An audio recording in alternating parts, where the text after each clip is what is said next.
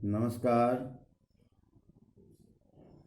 Hariom BTC classes में आपका स्वागत है।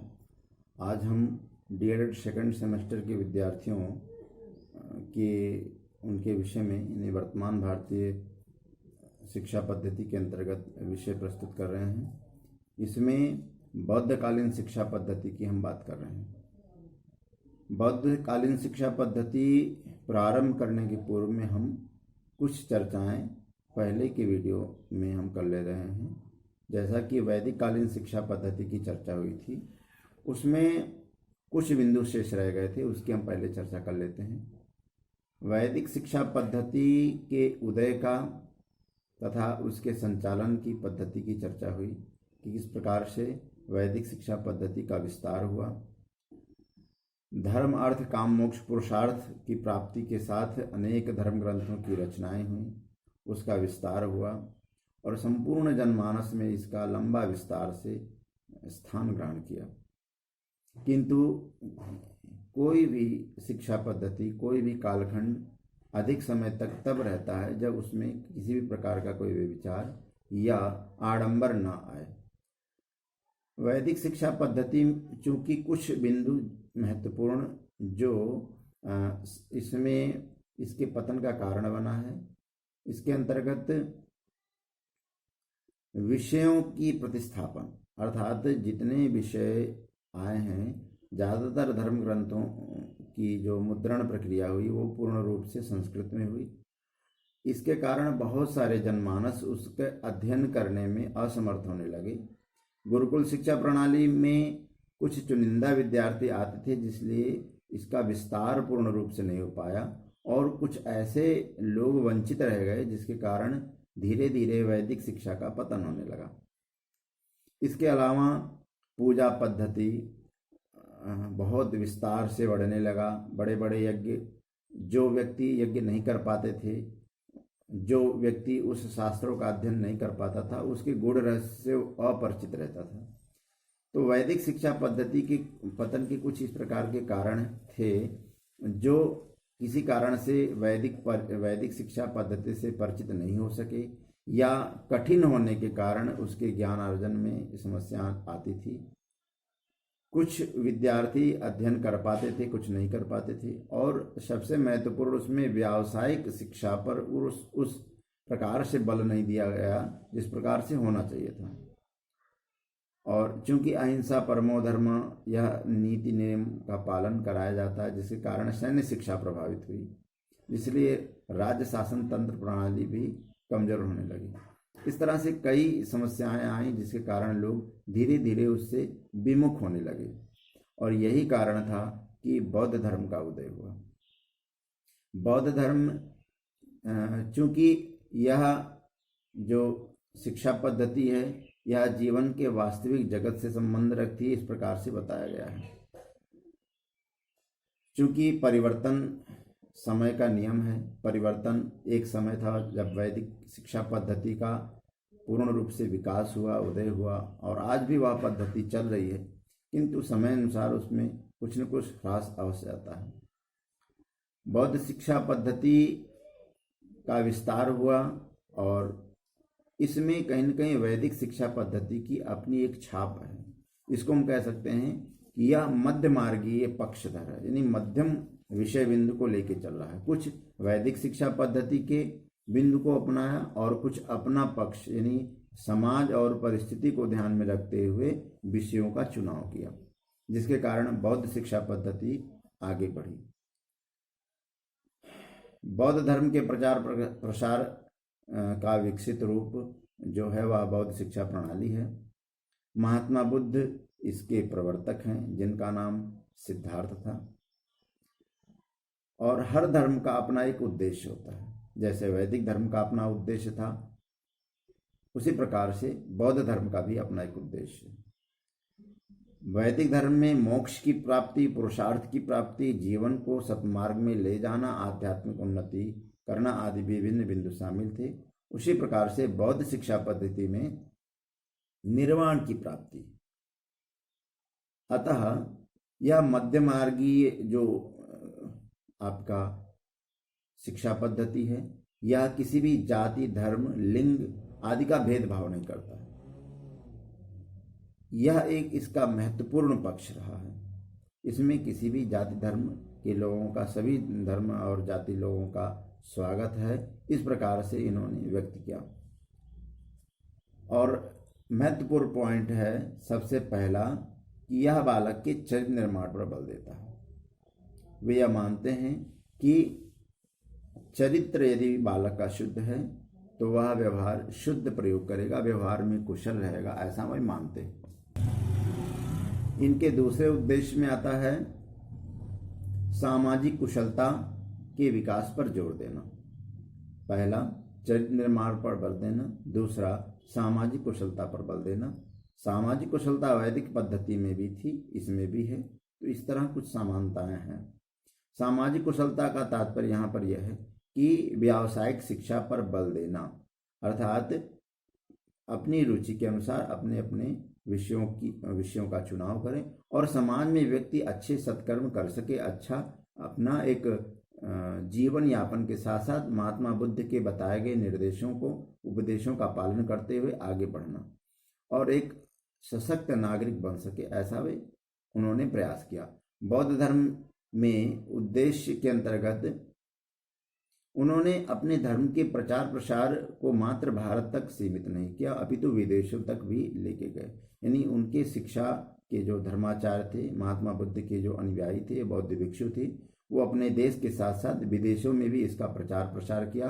अर्थात उनका लक्ष्य यह भी था कि हमारा यह जो बौद्ध धर्म है यह विदेशों में, अनेक देशों में इसका विस्तार हो, सांस्कृतिक रूप से इसकी राष्ट्रीय संस्कृति के पटल पर हमारे महात्मा बुद्ध के द्वारा बनाए गए निर्देशों का पालन हो और उनके धर्म का प्रचार हो। इसके बाद इसमें आता है, चूंकि बौद्ध धर्म एक धर्म आधारित शिक्षा पद्धति है, इसलिए आध्यात्मिक बिंदु को यहाँ पर रखा गया है। यानी आध्यात्मिक उन्नति जिस प्रकार से वैदिक शिक्षा पद्धति में थी, इस प्रकार से यहाँ पर भी आध्यात्मिक बिंदु को शामिल किया गया। इनका अंतिम लक्ष्य निर्वाण की प्राप्ति, जैसा कि वैदिक शिक्षा पद्धति में मोक्ष की प्राप्ति है, उसी प्रकार से महात्मा बुद्ध के इस बौद्धिस्ट शिक्षा पद्धति में निर्वाण की प्राप्ति शिक्षा का महत्वपूर्ण पक्ष माना गया। वे यह मानते हैं कि इहलोक और परलोक, अर्थात संसार में सुखपूर्वक जीते हुए परलोक में भी हमारा जो है हमारे मोक्ष की प्राप्ति हो, निर्वाण की प्राप्ति हो, इस प्रकार से कर्म किया जाए। इस प्रकार से महात्मा बुद्ध की शिक्षा पद्धति में बहुत सारे उद्देश्य हैं। उन उद्देश्यों की पूर्ति में विभिन्न बातें शामिल हैं। अब हम इसकी विशेषताओं की चर्चा करते हैं। बौद्ध धर्म की विशेषताओं के अंतर्गत शिक्षा पद्धति में शिक्षा सार्वभौमिक, जिसमें जाति धर्म का कोई बंधन ना हो। इसकी विशेषताएं महत्वपूर्ण यह है कि यह किसी ब्राह्मण, क्षत्रिय, वैश्य, शूद्र किसी एक जाति विशेष के लिए शिक्षा पद्धति नहीं है, अपितु यह सभी के लिए है। इस तरह से उन्होंने बताने का प्रयास किया। इस शिक्षा की दूसरी विशेषता यह है कि यह प्राथमिक शिक्षा पूर्णतया निःशुल्क थी, जिस तरह से वैदिक शिक्षा में भी यह बिंदु है। फिर भी बौद्ध शिक्षा पद्धति में इस तरह से बातें आती हैं कि यह शिक्षा व्यवस्था निःशुल्क थी। तीसरा है, जिस प्रकार से वैदिक शिक्षा पद्धति में गुरुकुल शिक्षा प्रणाली थी, यहाँ पर यह केंद्र संघ पर आधारित होगा, अर्थात एक संगठन का रूप होगा। इसमें कुछ भेद है, इसमें अंतर है। वैदिक शिक्षा पद्धति एक वैयक्तिक संगठन के वैयक्तिक प्रयास का एक रूप था। यह संगठनात्मक स्वरूप है, एक संघ का निर्माण है, जिसमें एक संस्था के रूप में कार्य संचालित होता है। सभी लोगों का अपना अपना विभाग होता है, सभी लोगों के अपने दायित्व होते हैं और सभी को अपने अपने दायित्वों का संपूर्ण रूप से पालन करना होता है। और यही कारण था कि लोग प्रबंधन व्यवस्था के कारण उसमें रुचि रखने लगे, जबकि वैदिक शिक्षा पद्धति की शिक्षा व्यवस्था में कहीं न कहीं अस्थिरता थी। इसका कारण अर्थव्यवस्था के कारण भी यह था, संसाधनों के अभाव के कारण भी यह समस्याएं थी, जबकि इस संघ व्यवस्था में ऐसी समस्याएं नहीं थी। तो यह आपका प्रशासन यानी प्रबंधन सुयोग्य अनुभवी व्यक्तियों के द्वारा किया जाता था। अर्थात मैंने पहले चर्चा किया कि यह एक प्रकार से संगठनात्मक रूप धारण कर चुका था और यह कहीं न कहीं राज्य सरकार यानी राजा महाराजा की सन्निधि में था। इसका यह भाव है कि वैदिक शिक्षा पद्धति में कुछ राजा महाराजा के द्वारा जो सहयोग संभव था वो तो होता था, लेकिन किंतु बौद्ध शिक्षा पद्धति में राज्य की व्यवस्था के अंतर्गत इनकी व्यवस्था भी शामिल था। अर्थात बड़े सेठ साहूकार, बड़े बड़े धनाढ्य जो भी व्यवसायी होते थे या राजा महाराजा होते थे, इनके संग में कुछ न कुछ राशन और संसाधन यानी जो शिक्षा पद्धति से जुड़े चीज़ें हैं वह सभी व्यवस्था करते थे। इसके अलावा इसकी विशेषताओं में बहुत सारी चीज़ें आती हैं, जैसे विभिन्न विषयों में शास्त्रीय विचार विमर्श। अर्थात जैसे वैदिक शिक्षा पद्धति में हमने चर्चा किया था कि जब विद्यार्थी का समावर्तन संस्कार हो जाता है, वो विद्यार्थी घर पर जाना चाहता है, तो अनेक विद्वानों को बुला करके शास्त्रार्थ का आयोजन होता है। इसी प्रकार से इसमें भी अनेक विषयों को वाद विवाद के माध्यम से, शास्त्रार्थ के माध्यम से ज्ञान की वृद्धि में एक अच्छा पहल करते थे ये लोग। अब हम बौद्ध युगीन शिक्षा पद्धति के स्वरूप की चर्चा करते हैं, किस प्रकार से इसमें शिक्षा पद्धति का प्रारंभ होता है और इस शिक्षा पद्धति में कौन से महत्वपूर्ण नियम हैं। बौद्ध युगीन शिक्षा व्यवस्था में यह 6 से 8 वर्ष की जब अवस्था बालक की हो जाती है तो इसमें प्रवेश मिलता है, किंतु इसके पहले एक संस्कार कराया जाता है जिसको हम प्रवज्जा संस्कार कहते हैं। जैसे वैदिक शिक्षा पद्धति में आपने पढ़ा है कि शिक्षा पद्धति यानी शिक्षा में प्रवेश के पूर्व में उपनयन संस्कार किया जाता है, उसी प्रकार से बौद्ध शिक्षा व्यवस्था में प्रवज्जा संस्कार के द्वारा शिक्षा में प्रवेश कराया जाता है। तो इस प्रकार से प्रवज्जा संस्कार में बालक के सिर मुड़वा दिए जाते हैं, पीत वस्त्र धारण करा करके शिष्य के रूप में विद्यार्थी गुरुजनों के पास यानी उपाध्याय, ध्यान दीजिएगा यहाँ पर जो गुरु हैं उनको उपाध्याय की संज्ञा दी जाती है और ये गुरु के चरणों में साष्टांग प्रणाम करते हुए और इस प्रकार से शरणत्रयी का वाचन करते हैं, जैसे कि बुद्धम शरणम गच्छामि, धम्मम शरणम गच्छामि, संघम शरणम गच्छामि। विद्यार्थी मुंडन करवा के और हाथ जोड़ के हाथ को ऊपर करते हुए इस शरणत्रयी का वाचन करता है और फिर संघ में प्रवेश की अनुमति मिलती है। और कुछ दिनों तक बालक महात्मा बुद्ध के द्वारा निर्धारित उपदेशों की एक पुस्तिका है जिसको हम सिद्धिरस्तु नामक से जानते हैं, वो सामान्य जनमानस की भाषा में है। एक प्रकार से उनके उपदेश और उनके सामान्य संस्कार संबंधी बातें उसमें दी गई हैं जो विद्यार्थी को सर्वप्रथम पढ़ाया जाता है। और सामान्य रूप से शब्द ज्ञान, व्यवहारगत शुद्धता, सामान्य व्यवहारिक ज्ञान आदि प्रारंभिक शिक्षा व्यवस्था में पढ़ाए जाते हैं। इसके बाद प्राथमिक शिक्षा व्यवस्था 12 वर्ष तक चलती है और 12 से 20 वर्ष की आयु तक एक शिक्षा पद्धति चलती है और वह शिक्षा पद्धति उपसंपदा संस्कार के बाद प्रारंभ हो जाता है। अर्थात उपसंपदा संस्कार या के अंतर्गत कुछ नियम हैं जिनको सभी विद्यार्थियों की पालन यानी सभी विद्यार्थियों को पालन करना होता है। वह 10 नियम हैं। उन 10 नियमों की चर्चा हम करते हैं। उन 10 नियमों में पहला है जीव हत्या न करना। ध्यान दें, क्योंकि एक प्रकार से जैसे वैदिक शिक्षा पद्धति में अहिंसा परमो धर्मः की नीति अपनाई गई है, बौद्ध शिक्षा पद्धति में भी अहिंसा परमो धर्मः की मान्यता रखते हैं। जीव हत्या करने से अपराध है और इससे हम असत मार्ग में चले जाते हैं, ऐसी उनकी मान्यता है। अतः उनके 10 नियमों में जीव हत्या ना करना शामिल है। चोरी ना करना, चोरी एक अधर्म कार्य है, इससे समाज में व्यभिचार फैलता है और अशांति का एक कारण बनता है, क्योंकि चोरी करने वाला व्यक्ति थोड़ी देर के लिए संतुष्ट हो जाता है, किंतु जहाँ से चोरी किया है व्यक्ति, उसके घर में उनके द्वारा जो कष्ट का अनुभूति होता है, उनके द्वारा मन से जो व्यथा होती है, जो श्राप के रूप में निकलती है या एक प्रकार से दुख का जो रूप प्रकट होता है, तो कहीं ना कहीं मानव का अहित करता है। अतः महात्मा बुद्ध के उन नियमों में यह शामिल है कि चोरी नहीं करना चाहिए। चोरी करने से बहुत बड़ा अपराध है और समाज अनैतिक पतन की ओर जाता है, ऐसा मानते हैं। तीसरा है शुद्ध रहना। ध्यान दें, वैदिक शिक्षा पद्धति में भी शुद्धता का बहुत बड़ा महत्व है, बौद्ध शिक्षा पद्धति में भी इसका महत्व है। बौद्ध शिक्षा पद्धति में ये मानते हैं कि शुद्ध रहने से हम सत्कर्म की ओर अग्रसर होते हैं, और यह भी वे मानते हैं, पुस्तकों में आता है वर्णन, कि जब हम शुद्ध और पवित्र रह के किसी बात को बताते हैं, उपदेश करते हैं, तो सामने वाले व्यक्ति पर उसका असल प्रभाव पड़ता है। अतः शुद्ध रहने की उन्होंने बात स्वीकार की। असत्य ना बोलना, इसकी चर्चा होती है, क्योंकि जो असत्य भाषण होता है कहीं न कहीं मानव के पतन का एक कारण बनता है। सत्य बोलना चाहिए, और बहुत सारे धर्म ग्रंथों में भी इसकी चर्चा आती है कि सत्य का अनुसरण करें, क्योंकि सत्य ईश्वर का स्वरूप होता है।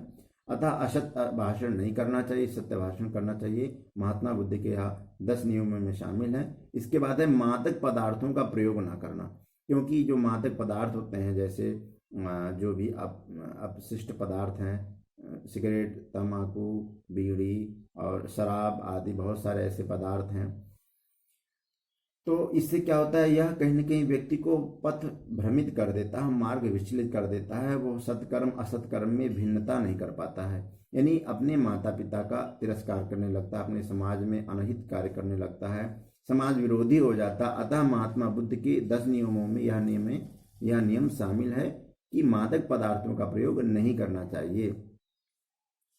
और समय पर भोजन करना, ध्यान रखें, आता भी है, योग शास्त्र में भी बताया गया है कि यदि हम दिनचर्या अपनी अच्छी नहीं रखते हैं तो हमारी दिनचर्या खराब होने से हमारे शरीर में अनेक प्रकार के रोग आ जाते हैं। अतः समय से भोजन करना, समय से उठना, समय से शास्त्र अध्ययन करना आदि बातें शामिल हैं।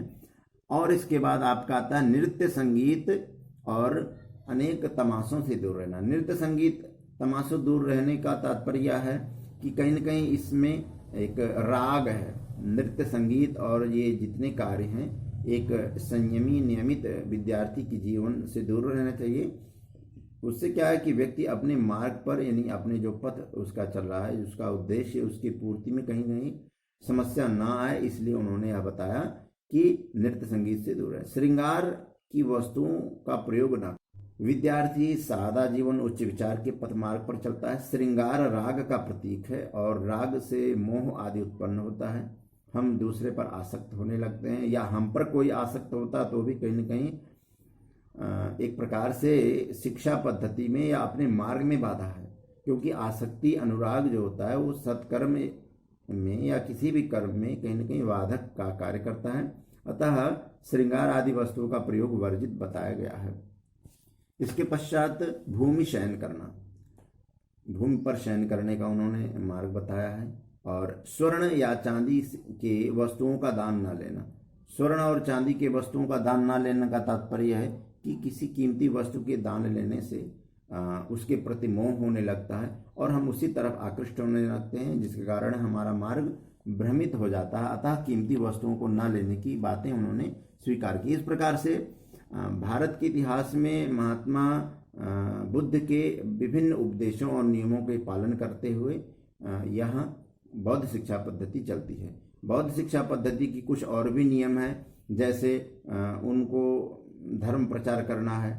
जो महात्मा बुद्ध के ये प्रचारक हैं, यानी उनके शिष्य हैं, जिसको हम भिक्षुक कहते हैं, वह यथावत जहाँ कहीं जाते हैं वो महात्मा बुद्ध के उपदेशों की प्रति या उनके उपदेशों की बातों को समय समय पर स्थान पर बताते हुए आगे बढ़ते हैं।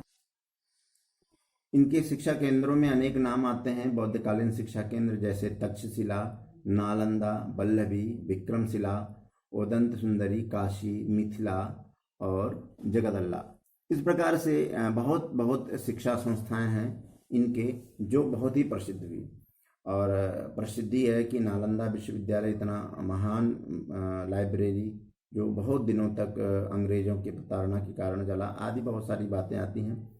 इसका यह एक भाव है कि एक विश्वविद्यालय का स्वरूप कितना बड़ा था, जो कि अनेक हजारों हजार विद्यार्थी कितने कई सौ की संख्या में गुरुजनों का वहाँ पर निवास रहता था और अच्छी प्रकार से स्वाध्याय हुआ करता था। तो महात्मा बुद्ध के नियमों का पालन कराते हुए और इस प्रकार से शिक्षा पद्धति वहाँ पर चल रही थी। पाठ्यक्रम के रूप में आता है कि यहाँ पर सैद्धांतिक और व्यवहारिक दोनों प्रकार के विषय वस्तु की स्थापना होती थी।